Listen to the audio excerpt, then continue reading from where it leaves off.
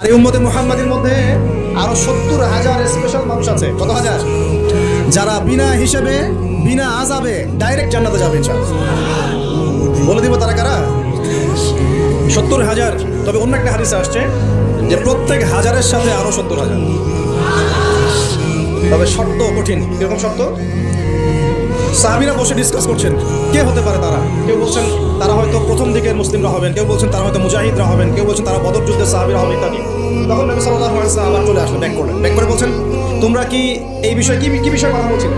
তখন সাহাবীরা বললেন আমরা তো ডিসকাস করছিলাম যে কারা হতে পারে সেই 70,000। নবীজি বললেন শোনো, ওই 70,000 মানুষ, এক নাম্বার ওই 70,000 মানুষ পাখি উড়িয়ে ভাগ্য গণনা করে না। প্রথম কাজটা কি? মানে তারা ইসলাম এত কঠিনভাবে পালন করে যে পাখি উড়িয়ে ভাগ্য গণনা বা হাত দেখা রাশিফল এরকম শিরকের ধার কাছেও নাই। তার শিরকের ধার কাছেও নাই। দুই নাম্বার তারা আগুনের শেখা বা উল্কি দিয়ে, এই ট্যাটু আছে না, ট্যাটু উল্কি আঁকে আগুন দিয়ে, এই ধরনের ট্যাটু উল্কি তারা আঁকে না শরীরের মধ্যে। এইসব কুলক্ষণে সুলক্ষণে তারা বিশ্বাস করে না। তিন নাম্বার তারা অবৈধ যে ঝাড়ফুঁক করে না, অবৈধ ঝাড়ফুঁক করে না। বৈধ ঝাড়ফুঁক করা যাবে, সূরা ফাতিহা পড়ে ঝাড়ফুঁক করা যাবে, সূরা ফালাক নাস ইখলাস পড়ে করা যাবে, আয়াতুল কুরসি পড়ে করা যাবে, কোরআন হাদিস দিয়ে ঝাড়ফুঁক করা যাবে। কিন্তু অবৈধ কিছু ঝাড়ফুঁক আছে না, তান্ত্রিক কবিরাজদের কাছে মানুষ করে, এগুলো করা যাবে না।